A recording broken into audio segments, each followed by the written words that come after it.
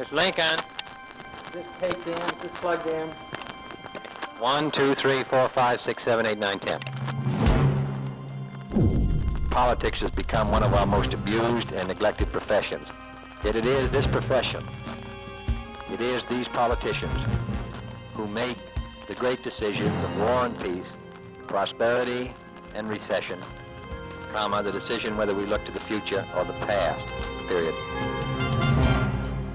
The voice of John F. Kennedy, dictating an autobiography he was never able to complete. Part of the private record, now released, that allows us to bring the 35th President of the United States into sharp focus. The material, phone logs, medical records, the most secret meetings of his White House staff reveal a flawed giant who dominated the times through which he passed. There's some report that the Russian ships were not going to stop. We were going to have to sink them. Governor, this is the President speaking. We've got to get somebody up there now to get order and stop the firing and the shooting. Then you and I will talk on the phone about Meredith. Oh, Doctor, I wonder if you could send up a little extra medication. I mean, he's a silly bastard. I wouldn't have him running a cat house. I don't know. We may get into the invasion business before many days are out. It adds up to a story of a remarkable man who helped shape a remarkable era.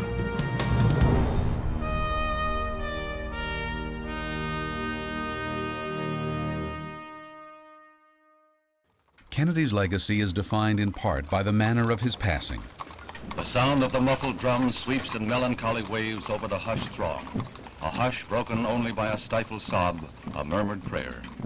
Down this avenue of those haunting images that have left a permanent scar on the nation's psyche, memories that refuse to fade.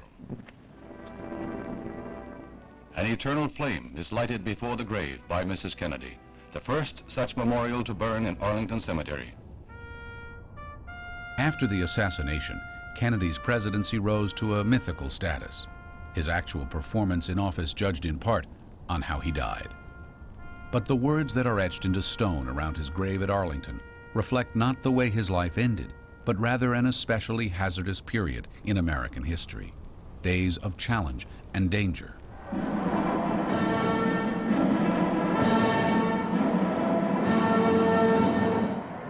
You, John Fitzgerald Kennedy, do solemnly swear. I, John Fitzgerald Kennedy, do solemnly swear that you will faithfully execute the It all began on a cold January morning in 1961. Preserve, protect, and defend the Constitution of the United States. Preserve, protect, and defend the Constitution of the United States. So help you God. So help me God. The task facing the incoming president was daunting. A world in crisis, the rhetoric of war rising to a crescendo. As he embarked, Kennedy told the nation it was entering what he called its hour of maximum danger. To those nations who would make themselves our adversary, we offer not a pledge, but a request that both sides begin anew the quest for peace. Before the dark powers of destruction unleashed by science engulf all humanity in planned or accidental self-destruction. There was the sense that we were on the brink of an uncontrollable situation. Neither the Americans nor the Soviets wanted a war. That's absolutely clear from the evidence. But neither side was confident that in the final analysis they could control the start of a war. Kennedy was the first president in more than 100 years to come to power when the United States was vulnerable to attack. We were at war everywhere in the world. At least that's the way we saw it, and certainly that's the way John Kennedy saw it. Kennedy intended the speech to inspire Americans to become involved in the political process. Young Americans who for too long had viewed politics as irrelevant to their lives. Now the trumpet summons us again, not as a call to bear arms, though arms we need, not as a call to battle, though in battle we are, but a call to bear the burden of a long twilight struggle, year in and year out, rejoicing in hope, patient in tribulation, a struggle against the common enemies of man, tyranny, poverty, disease, and war itself. It sort of captured the essence of, I thought, my brother's appeal, and that was he was giving the American people, and really people around the world that were listening, not a set of promises, but really a set of challenges. It seemed to me that that was very much a part of the essential aspect of the speech, and one of the reasons that it still resonates. That January day, America was inaugurating more than a man. It was embracing a family. The patriarch, Joe Kennedy, had been the driving force, having set the moral, political, and financial foundation for his sons. This day was a fulfillment of his driving ambition, the transformation of this Irish Catholic family to an American dynasty. The country had entrusted its future to a 43-year-old, the youngest man ever elected to the presidency. But there was much they didn't know about Jack Kennedy, deep secrets that might have prevented his election in the first place. I'm not sure he felt he could have been elected if people knew how sick he was. And secondly, he was promoting the new frontier. He was supposed to be a vigorous guy, and to find out that he had this level of medical problem would have negated, I think, to some extent, the image that they were portraying. The extent of Kennedy's physical problems put his drive and determination in perspective. The most important thing about John Kennedy was that he thought he was going to die young, and he could not wait his turn. And he didn't wait his turn. He got the presidency at a very young age because he didn't think he was going to be around at an old age. And how he did that and how he got through those days made no difference to him. It wasn't until 2003, 40 years after Kennedy's death, that independent doctors were allowed to review all his medical records. They found a cover-up dating back to Kennedy's first run for public office in 1946. At that time, the apparently vigorous candidate was battling colitis, an intestinal disease often resulting in ulcers and chronic diarrhea. They didn't know how to treat colitis in those days. In 1937, steroids became available. His father, a very wealthy man, one of the richest men in America, was able to afford to buy these drugs, and they began giving him the steroids to treat the colitis. And this reigned in the colitis in part, but it also caused him to have osteoporosis of the lower back, the lumbar spine.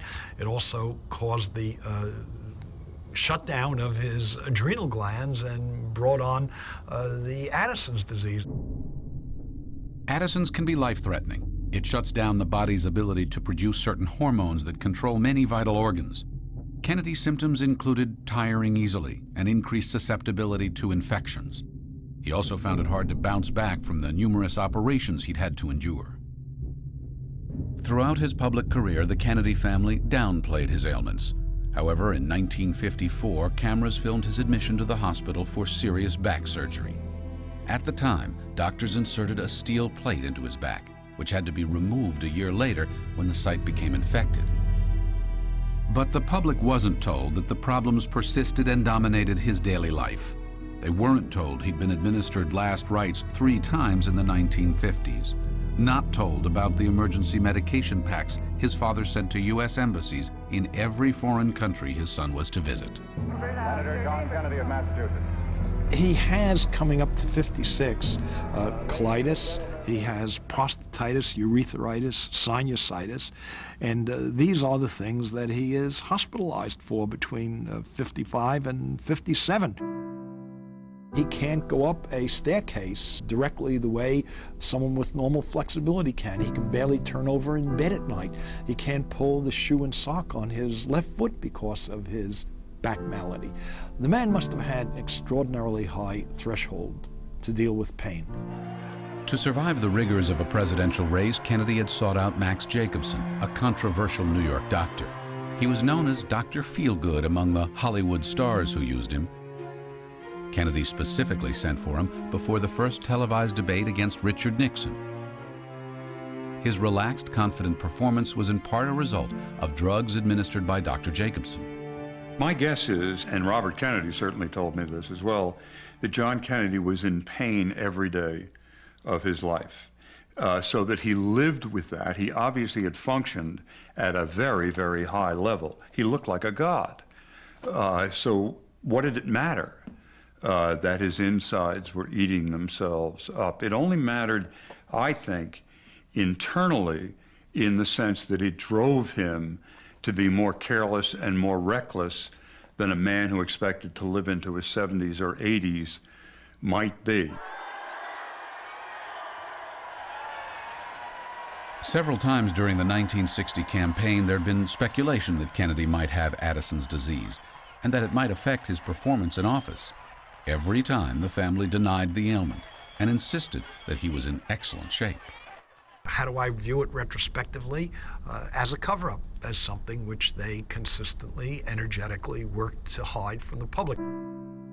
Kennedy also hid the fact that his marriage was hardly the picture-perfect union captured in the photo shoots with Life photographers. There were strains caused by the 12-year age gap, but also the rumors that suggested that Jack was unfaithful. He told me, I had an interview in the campaign, and he said that it had been tough in those early years of the marriage. I didn't understand her, and she didn't understand me, and the difficulty was rather severe in that time, and they considered separation. By the end of the 1950s, the world was slipping into a crisis with the Soviets that many feared would lead inexorably toward war. In his own recollections, recorded in the Oval Office, Kennedy described how he had grown increasingly alarmed at what he perceived as American weakness in confronting the challenge of communist expansion, concerns only a president could address. During my years in the Senate, I've come to understand that the presidency is the ultimate source of action, period. The Senate is not. All of the things that you become interested in doing, the president can do, and the Senate cannot, particularly in the area of foreign policy. For Kennedy, every day was a gift, and he didn't want to waste a moment. And that was the attitude he brought to the presidency. Every minute that you're president is a gift, and no single minute can be wasted. None of the family secrets were evident on Inauguration Day 1961. Americans were enthralled by the spectacle of their new first family. The youngest couple ever to be in the White House, the best looking certainly, probably the very best dressed, and the richest among other things. So I mean, you had royalty, even though it was perceived as a presidency, it was truly an American royalty. To combat the challenges he knew would lie ahead, Kennedy selected an impressive cabinet. The best and the brightest, they were called, these men of the new frontier. Interestingly, Kennedy hardly knew any of them, not Dean Rusk, the rather bland academic from Georgia who was to be his Secretary of State, and certainly not the liberal Republican, president of the Ford Corporation, who Kennedy picked for the Pentagon, Robert S. McNamara. Initially, I thought he didn't know what the hell he was doing, and I told him that I wasn't qualified to be secretary. First, I was offered Secretary of the Treasury, and I said, my God, I've been an industrialist, President Ford, invested lots of money, but I'm not an expert on Wall Street finance or Treasury operation, no. And then he offered the Secretary of Defense, and I said, well, look, I was in the U.S. Army for 3 years, but that in World War II, but that didn't qualify me to be a Secretary of Defense, so I'm not qualified. He said, Bob, there isn't any school for presidents either, which I thought was a wonderful comment. His first presidential decision was to reappoint the FBI director, J. Edgar Hoover, a powerful and controversial figure many of Kennedy's supporters wanted to see removed. But Jack Kennedy knew Hoover had damaging information on him. An FBI file had been opened on him in 1942, when Kennedy began a relationship with a woman believed to be a Nazi spy. Now, 20 years later, he appointed his brother Bobby to be the Attorney General, with responsibility for monitoring the FBI director. Bobby becoming Attorney General was partly self-protection, that with Hoover out there, with J. Edgar Hoover, the head of the FBI, The president needed an attorney general who was in position above Hoover to keep Hoover under control. This is consistent with Kennedy family self-protection. Joe Kennedy understood this. Joe Kennedy had been courting J. Edgar Hoover for years, had even offered him a job as his own chief of security. So there was a shrewd kind of covering your own flanks by putting Bobby in as attorney general. The conventional wisdom was that Bobby would be his brother's alter ego. But Jack kept most people at a distance, even his brother. The person who was probably close to him, Bobby Kennedy, his brother, never was invited upstairs for a meal while John Kennedy was in the White House, and Bobby had great resentment about that. But Kennedy kept people in their place, and Bobby's place wasn't the second floor, it was the first floor. Most incoming presidents have the benefit of a honeymoon period, but for Kennedy, world crisis bore down on the administration from day one. In Moscow, the wily Soviet leader Nikita Khrushchev had announced his intention to support the expansion of Soviet communism into the Third World, to challenge American spheres of influence from Vietnam to Cuba. In response, Kennedy called for a massive increase in defense spending. 10 days into his term, he delivered this grim assessment in his State of the Union address. No man entering upon this office could fail to be staggered upon learning, even in this brief 10-day period, the harsh enormities of the trials through which we must pass in the next 4 years. Each day the crises multiply. Each day their solution grows more difficult. Each day we draw nearer the hour of maximum danger as weapons spread and hostile forces grow stronger. Within 9 weeks, Kennedy would face his first Cold War crisis.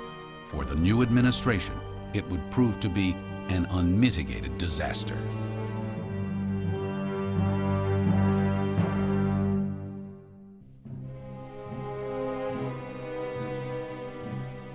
Few in the president's inner circle saw it coming. 90 days into the term, they were all still filled with the euphoria of simply making it to the White House. A new president is still feeling rather heady. He's won the presidency. He's on top. He's got the magic touch. He can't lose. That's a very dangerous feeling to have when you're president. Dangerous because it can result in poor judgment. In Kennedy's case, it did. He'd been presented with a plan targeting Fidel Castro and Cuba, a plan that had seemed so plausible. It had been hatched by the CIA and endorsed by President Eisenhower in his last months in office. A covert operation that would remove Castro, restore American influence over the Caribbean, and project Kennedy as a man of action and accomplishment. This young president was presented with the recommendations of the chiefs and the CIA and President Eisenhower's plan to go ahead with this, I'll call it harebrained scheme to overthrow Castro. This footage of Kennedy going into the cabinet room to greet the Joint Chiefs on the afternoon of February 20th was taken by filmmaker Robert Drew. He'd been given unprecedented access to capture a day at the White House for a television documentary.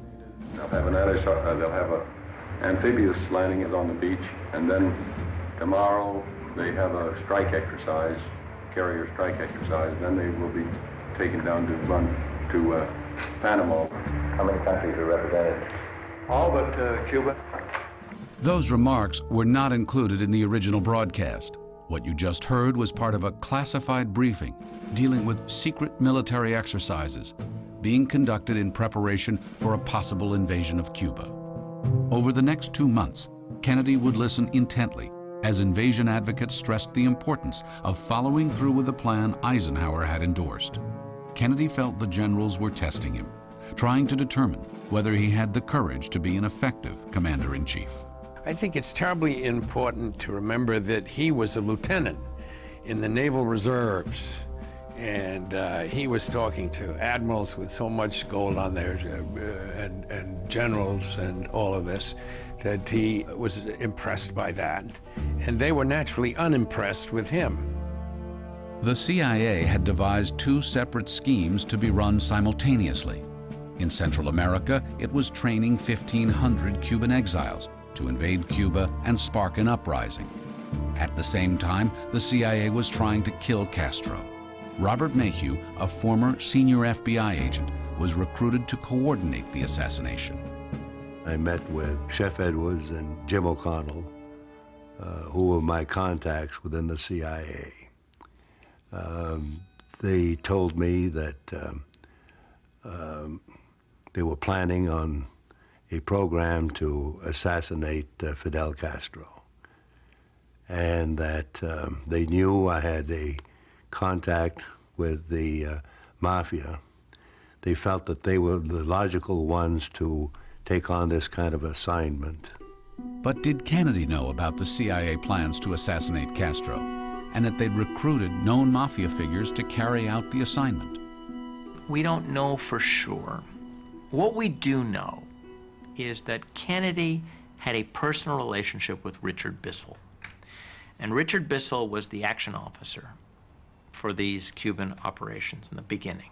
Did Bissell tell him about the assassination plots? He was too smart a man to talk details. Did he signal to Kennedy that we are looking at all options to get rid of this thorn in our sides out there in Cuba? I think so. By the time Kennedy was inaugurated, Mayhew had set up at the Fontainebleau Hotel in Miami and recruited 2 leading mafia figures to assist in the assassination of Castro, Sam Giancana from Chicago and Johnny Roselli from Miami. The first hope was that it could be done by assassination via firearms. Giancana reported back that he could not find anyone who had the tenacity or the willingness to get involved in such a situation. At which time the CIA came up with the plan of a poison pill. Giancana reported subsequently that his contact at the last minute had, I believe it was a female, because he claimed that she had lost her courage to go through with the plan. By the beginning of April, CIA officials were giving up hope that Castro's death would precede the invasion. They nevertheless pressed Kennedy to launch the attack. The military supported the mission. Kennedy and his new team felt reluctant to challenge the Joint Chiefs of Staff. We've only been there less than 90 days. Many of us didn't know very much about it, were inexperienced in such situations. In any event, weren't enthusiastic about it. Dean Rusk and I, in particular, had questions in our mind, but we didn't say no. Not a single one of President Kennedy's members of the executive branch advised against it. Kennedy was insistent that the CIA role be hidden. The assassination and the landing of the exiles had to be seen as a local uprising. Cubans overthrowing Castro, not the U.S. removing a communist threat. Anything else would invite Soviet intervention against American interests elsewhere. He then fell prey to some of the plan's advocates, accepted the plan, accepted it full of cautions and ambivalence.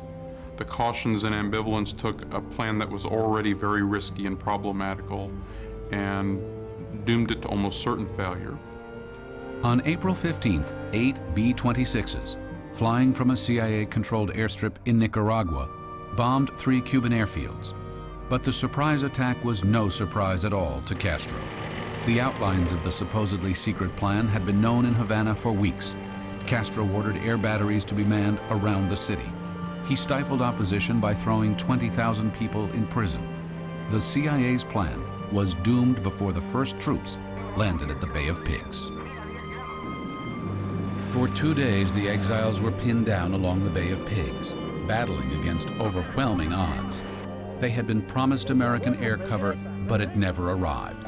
They'd also been told that if they encountered strong resistance from Castro's forces, they should head to the mountains and regroup.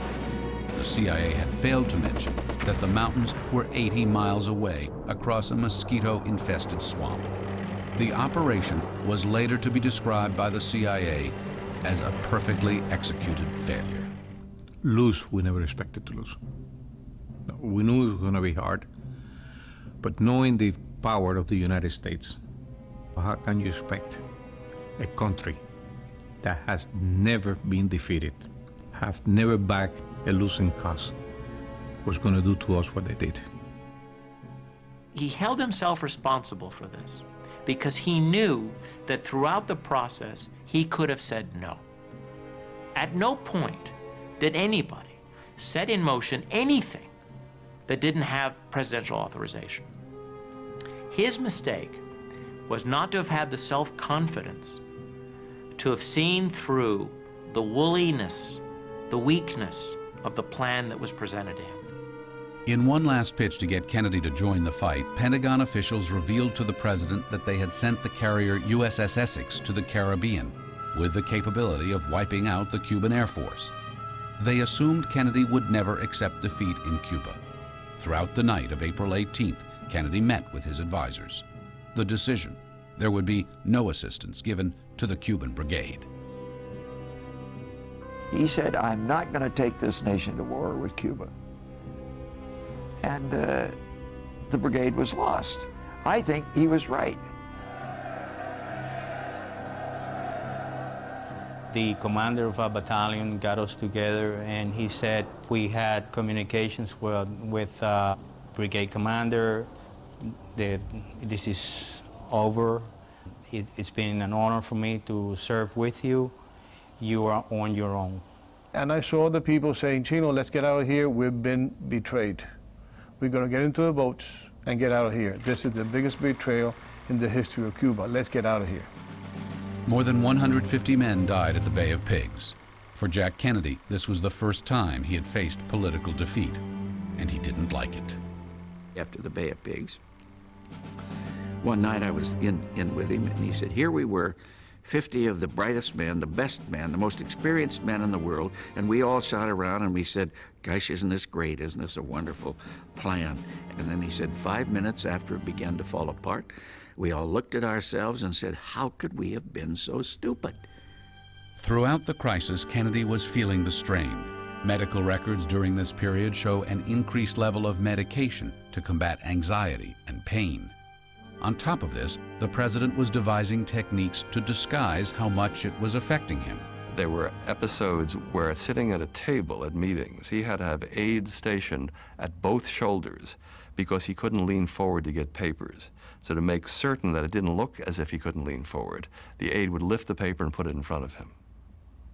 There were periods when he had to use a stand-up desk because he couldn't sit down. And there were periods when, before he could go into conferences, he'd have to get injected in his back. Meanwhile, newspapers were reporting that this was a CIA operation. But for 2 days, the White House stonewalled.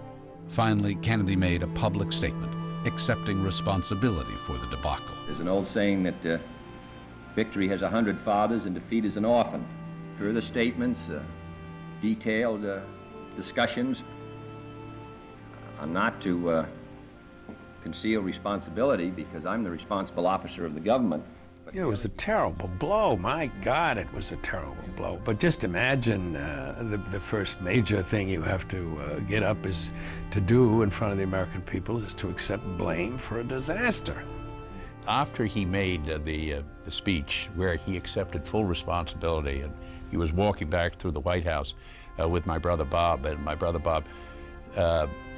Jack said, what do we do now, Bobby? And Bobby said, let's call my father. Maybe he can find something good to say.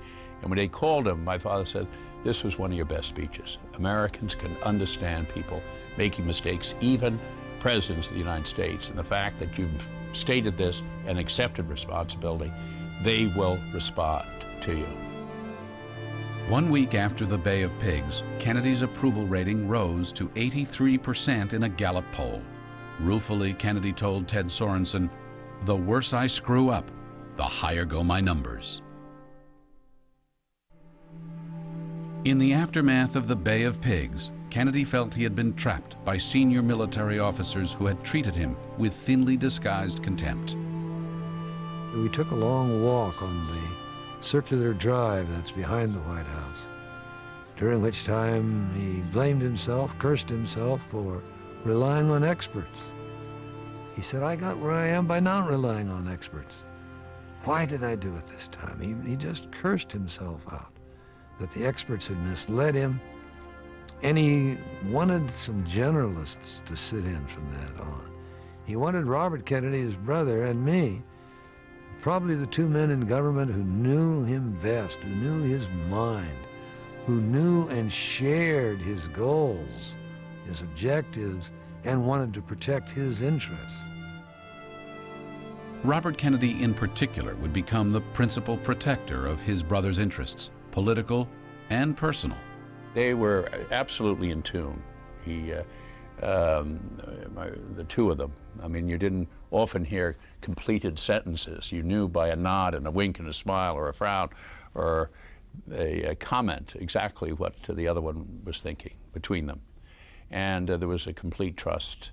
My brother Bob would always give the unvarnished truth, and he'd give the bad news as well as the good news. Soon after the Bay of Pigs, a bizarre sequence of events threatened to ensnare the president in a sex scandal. During the campaign, Jack Kennedy had gone to Las Vegas to meet Frank Sinatra and other members of the Rat Pack, including Kennedy's brother-in-law, Peter Lawford. While staying at the Sands Hotel, he met Judith Campbell, with whom he began an affair. Kennedy didn't know that Campbell was also the girlfriend of Sam Giancana, one of the mob bosses the CIA had recruited to kill Castro. Campbell began regularly visiting Kennedy at the White House. When Hoover found out, he warned Bobby that his brother was keeping dangerous company. And he added, the information would be kept on file. If we had known that Kennedy was going to bed with the woman who was Sam Giancana's mistress, we might have done something. But who knew that? Kennedy knew it, maybe his brother, but J. Edgar Hoover knew it. And if J. Edgar Hoover wanted it out, he would have come to us. Then we'd have gone to our superiors and said, can we use it? J. Edgar Hoover never leaked it to us. Why? Because that's the power J. Edgar Hoover had, not just on Kennedy, but a lot of congressmen over the years. The man was a blackmail artist. Campbell wasn't Kennedy's only affair. There were rumors of a relationship with actress Marilyn Monroe. White House staffers whispered about an affair with Pamela Turner, Jackie's press secretary. There was talk of naked swims in the newly renovated White House pool with two secretaries nicknamed Fiddle and Faddle. And finally, there was an affair with a White House intern, which only surfaced 40 years later. He lived life as a race against boredom. And whether it was women, danger, excitement, he literally wanted to be president of the United States because that's the most exciting job in the world. Kennedy believed his private life was off limits, that his friends in the press corps would respect his right to privacy so long as it didn't affect his ability to perform his job. Politicians could have pretty wild sex lives and nobody would write about it because that was the unwritten rule. So Jack Kennedy was living in a bubble or in a world where it was relatively safe to do this sort of thing. President Kennedy could not have survived in today's political atmosphere. All the things, all the illusions that he was able to create could not survive in this highly intense, cynical, skeptical, aggressive and abrasive climate that we live in today. Over the years, the revelations have tarnished Kennedy's image. That was a reckless side of him, and that was a stupid side, really. I'm disappointed. I don't understand a man who could be so sensitive and understanding of world problems and domestic politics, and he would do this. The lack of personal discipline there when he had it in so many other areas, I don't get it. I still don't. But during his lifetime, the rumors were contained. What Americans saw of Kennedy was an image cultivated through the emerging power of television. All of these images are carefully choreographed to convey to the American public this, in many ways, illusion of vigor and strength and of this ideal young American family. A bond was developing with the public that went beyond political loyalty. Americans liked their new first family and began treating them with the sort of adulation normally reserved for movie stars. Jack loved it, but Jackie was finding it intrusive and suffocating. She had moved into the White House just 6 weeks after giving birth to John. Any hopes that she could slip into the shadows quickly evaporated. The nation was obsessed with all aspects of her life. Nothing seemed too inconsequential. The mail came in by the sackfuls. Every mother who had a newborn wrote Mrs. Kennedy and asked what she was doing about her newborn son John. What formula was he eating? How was his gas? How easily did he burp? I mean, every personal question was asked. And we would answer back and say, little John is doing very well, and Mrs. Kennedy appreciates your interest, but she really can't go into those personal details, and she's sure you'll understand. But the press was harder to brush off. For the first time, newspapers assigned reporters to cover the First Lady. What Jackie thought and did made news, and she was having difficulty adjusting to life under the constant watch of the Secret Service. I was over at the White House with Jackie a couple of times, and she was very negative about the White House. And she told me, she said, Hugh, it's just like a hotel. She says, you know, you can't have any privacy here. You look down every corridor, there's a Secret Service person lurking around. I got the feeling that she just didn't like living there.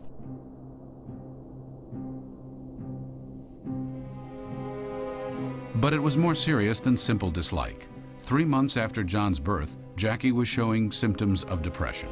She took the children and left Washington for the family compound in Palm Beach, Florida. Even Kennedy's closest staffers were not aware that the president had called Dr. Jacobson, the doctor who had quietly treated him during the campaign and since. On May 12th, Jacobson flew to Florida to treat Jackie. That evening, she reported that her migraine was gone. Among the inner circle, only Bobby Kennedy appears to have been concerned about Jacobson's role. Not with Jackie, but with the president. Robert Kennedy became worried about what is the president actually taking? What the hell is this he's injecting into his own legs every day? What kind of pills is he taking? So Bobby basically raided his medicine chest and took some of the vials in there and took them out to the FBI lab to have them analyzed. What he found out was that, at least in this case, the president was taking amphetamines, was taking speed. It was not illegal then, it was only restricted as a drug, but Bobby found out enough to know that this stuff can kill you, and it killed a lot of people, and he confronted his brother about it, and Jack Kennedy said, I don't give a damn if it's horse piss. It makes me feel better, and I need that. Now get the hell out of here. By the spring of 1961, Kennedy was to find himself dependent on Jacobson in a way his other doctors, and certainly the country, never knew.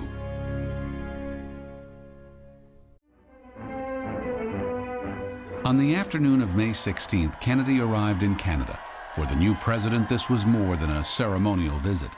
Canadian Prime Minister John Diefenbaker was blocking American attempts to deploy nuclear weapons on Canadian soil and was voicing doubts about the new administration's Cold War rhetoric. Kennedy went before the Canadian Parliament to appeal to the Canadian people for support. For it is clear that no free nation can stand alone to meet the threat of those who make themselves our adversaries. That no free nation can retain any illusions about the nature of the threat, and that no free nation can remain indifferent to the steady erosion of freedom around the globe. What followed was one of those instantly forgettable moments of any official visit, a tree planting outside Government House that didn't even make the evening news. Kennedy, without showing it, seriously aggravated his chronic back problem and would leave Canada in agony. At Andrews Air Force Base, there was no hiding the crutches or the forklift truck that had to lower the president down to the ground. The health issue that had been covered up during the campaign was now more serious. Coping with the pain would now consume a significant part of Kennedy's daily life. He would spend sometimes hours in bathtubs, 5 showers, hot showers a day, steaming hot, because the hydrotherapy was, it eased the back pain, loosened the muscles, I guess. And he was told, of course, in 1961, that if he didn't strengthen his back and abdominal muscles by exercise, there was a very good chance he'd end up in a wheelchair before his presidential term was over. None of this was new to the family, who had watched Kennedy deal with back pain all his adult life. I think it was something that was common, a common occurrence. I mean, often it would appear when least expected. I mean, he's planting a tree in Canada putting the shovel down, and boom, off goes his back for a period of two and a half weeks. He picks up a briefcase just getting out of a car, boom, off this goes. Well, so it was sort of the constant catching and then an enormous discomfort. I mean, we just would remember the time he'd come home for the weekend, and rather than sort of being around at dinner tables or something, he'd go to bed for two or 3 days to rest a back or so like that. So this was something that was very real. Kennedy's White House had a myriad of medical specialists on hand to treat the president's symptoms. One of Kennedy's personal doctors, Janet Travell, was appointed White House physician. But from the beginning, the care of the president was not in the hands of a single professional. Kennedy's health care is very complicated. Janet Travell was the White House physician who treated him on a regular basis. His aides brought in Admiral Berkeley and Dr. Hans Kraus and other physicians because they thought that Dr. Travell was overtreating him. While this was going on, Max Jacobson, for several years, was treating him on an outside basis. And to this day, nobody has any idea what he was using. There was to be no opportunity for the president to fully recover from his back injury. Ahead was one of the most important overseas trips of his entire presidency, a journey to Paris to meet Charles de Gaulle, and then to Vienna to meet Soviet Premier Nikita Khrushchev. On the eve of the summit, Kennedy went before the Congress to warn of the dangers and urge Americans to be prepared for the unthinkable, a nuclear war. The possibilities of an irrational attack, a miscalculation, an accidental war, or a war of escalation in which the stakes by each side gradually increase to the point of maximum danger, which cannot be either foreseen or deterred. It is on this basis that civil defense can be readily justifiable. But he also wanted to respond to a Soviet propaganda coup. Hail to the hero of the cosmos. The first man in space was a Russian cosmonaut, Yuri Gagarin. A triumph, Khrushchev said, that proved communism, not capitalism, would lead exploration into the new frontier. 3 weeks later, America answered the challenge. Alan Shepard became the first American in space. So on May 25th, Kennedy used his appearance before the Congress to describe the boldest scientific challenge since the Manhattan Project. I believe that this nation should commit itself to achieving the goal before this decade is out of landing a man on the moon and returning him safely to the Earth. No single space project in this period will be more impressive to mankind or more important for the long-range exploration of space, and none will be so difficult or expensive to accomplish. Having presented American scientists with this challenge, Kennedy felt he had regained the initiative over the Soviets. He was now ready to head to Europe, but not before a brief weekend at the Cape, where his mother became concerned about his obvious discomfort. We had had dinner with my brother and my mother and father, and he was just leaving to fly over to. And my mother said, aren't you look a little sore. My brother said, well, it's bothering me a little bit. It's bothering me. And my mother said, well, you wait right down here. And she went up and got a back plaster and put one of those back plasters on him. And when he arrived over there, he called mother and said, that's the best answer that I've had. The presidential party arrived in Paris on May 31st, 1961. Jackie, who spoke fluent French, was returning to the city she'd known as a student. Kennedy came intending to charm President Charles de Gaulle, to flatter a man renowned for his inflated ego.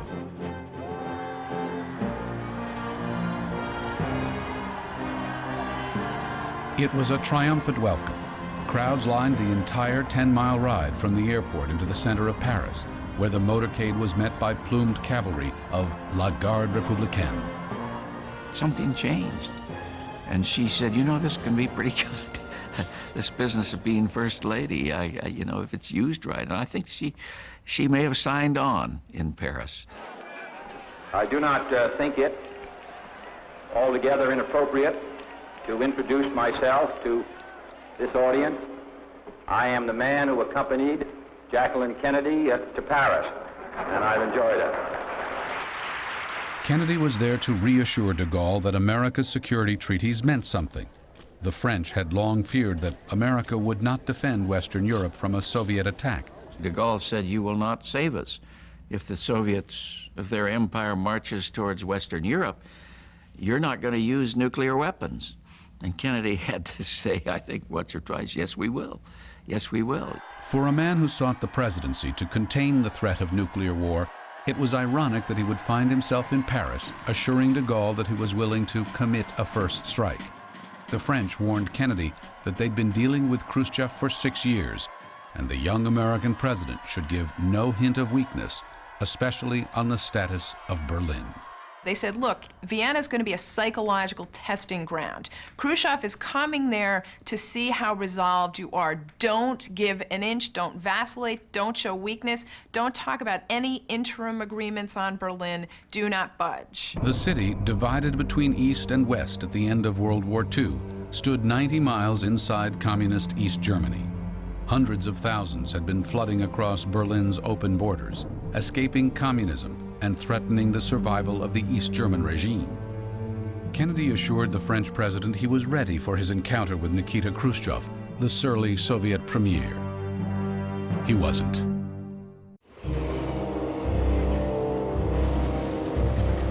The Soviet-American summit was scheduled to begin in Vienna on June 3, 1961.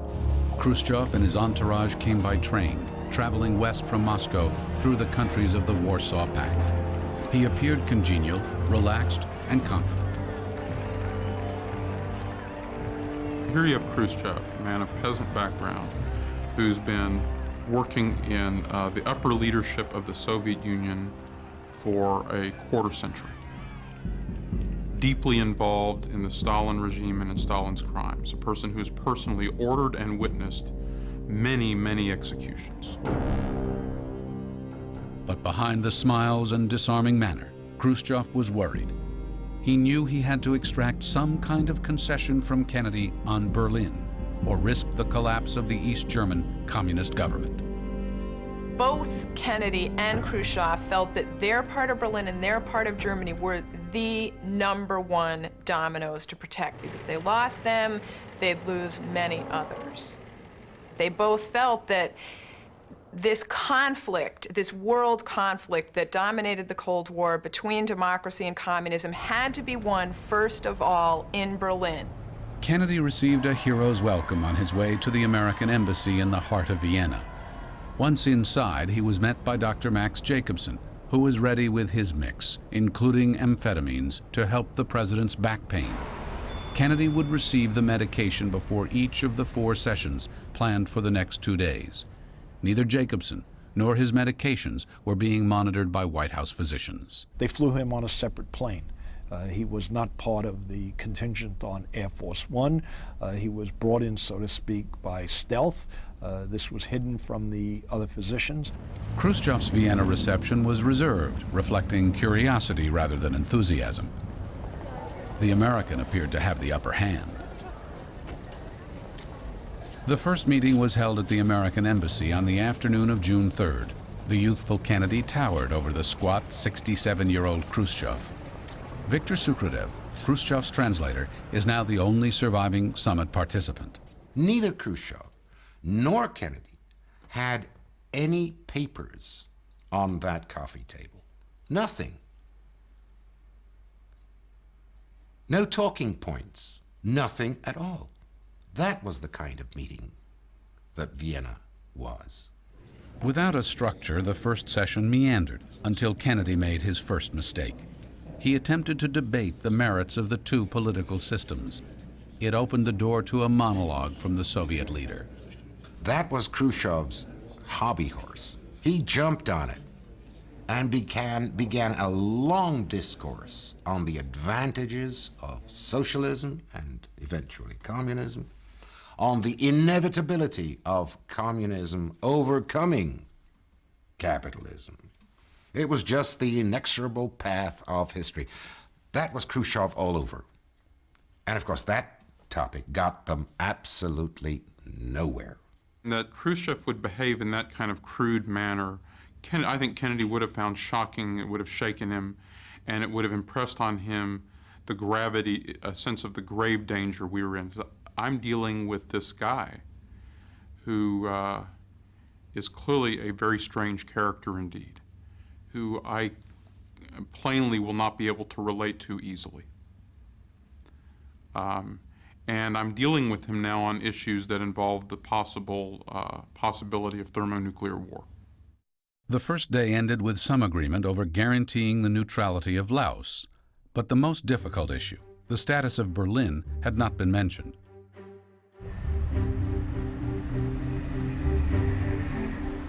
That night, there was a formal dinner at the Schönbrunn Palace. Khrushchev arrived in a business suit, rejecting black tie as a symbol of Western decadence. His wife, Nina, decided against wearing makeup. Jackie Kennedy, wearing a dress designed by Oleg Cassini, stole the show. Even a Bulgarian like Khrushchev would have looked at Jackie with an eye of envy. There was Nina, looking very dour and like a sack of potatoes in navy blue fabric with a rope tied around her waist.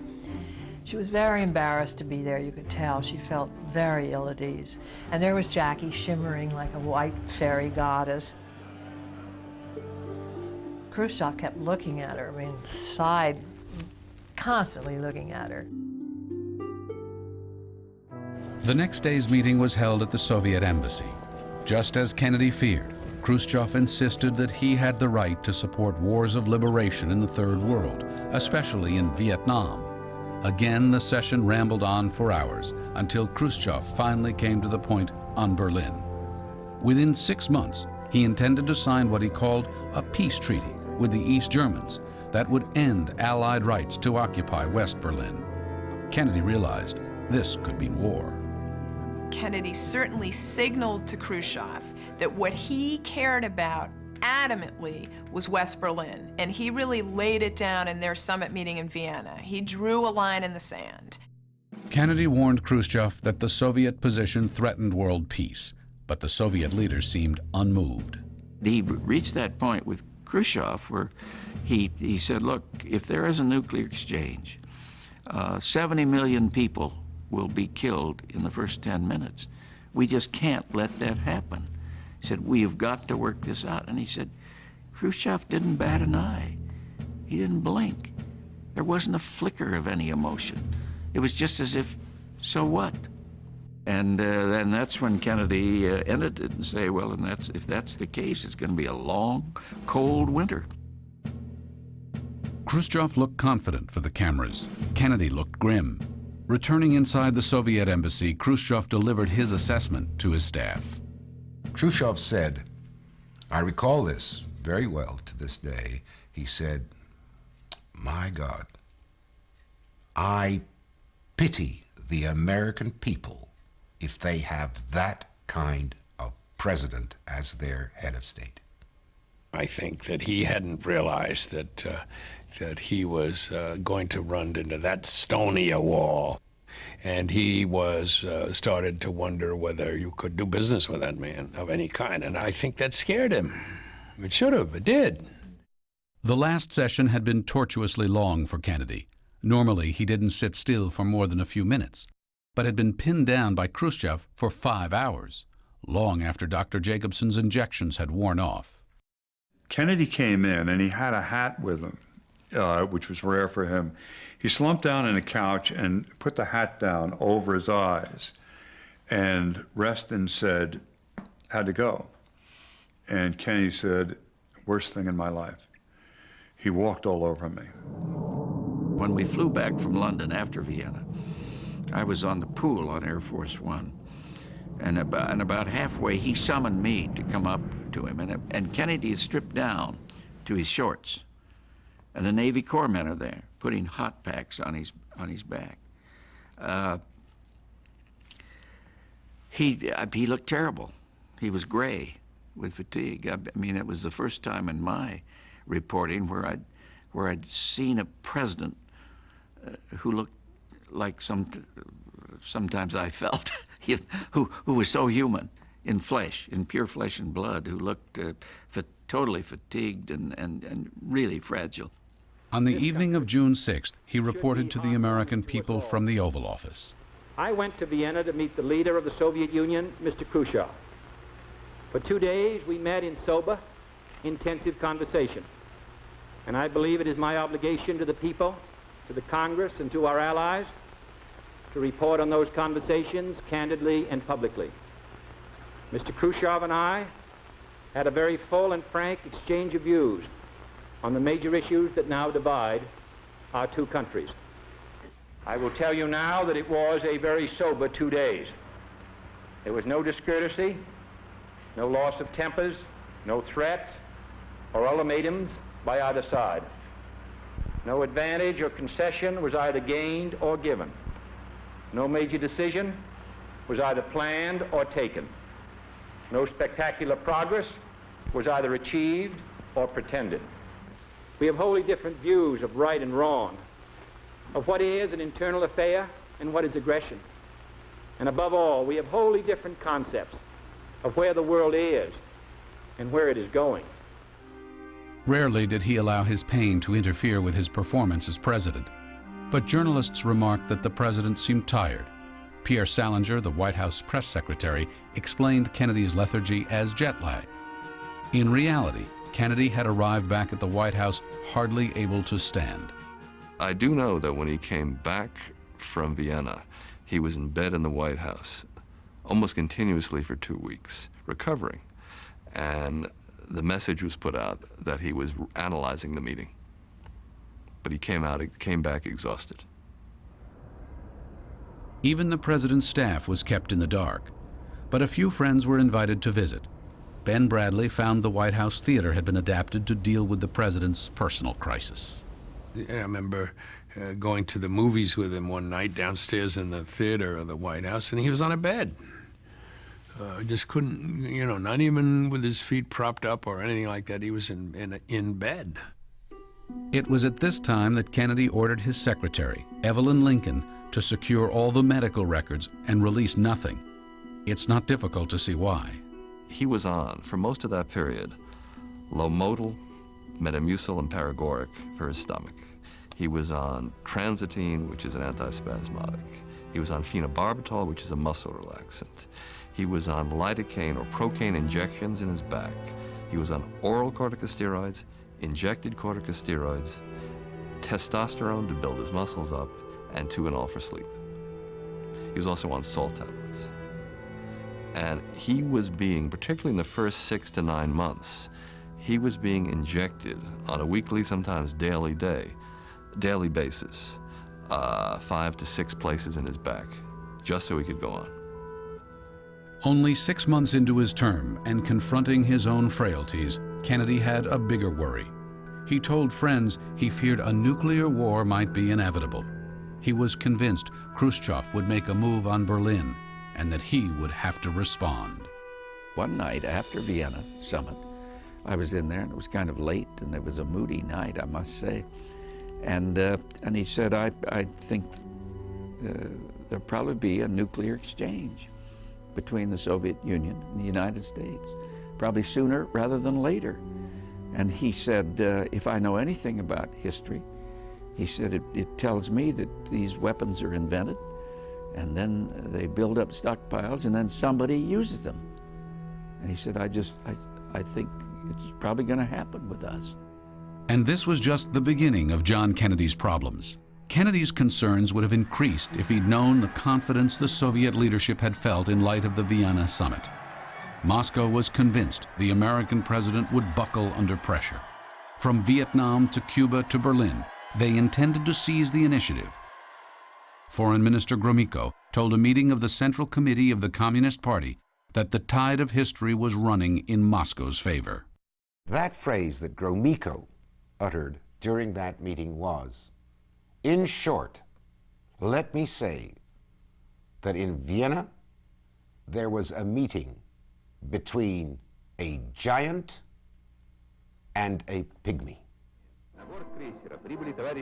In the next 14 months, Nikita Khrushchev would twice bring the world to the verge of nuclear war.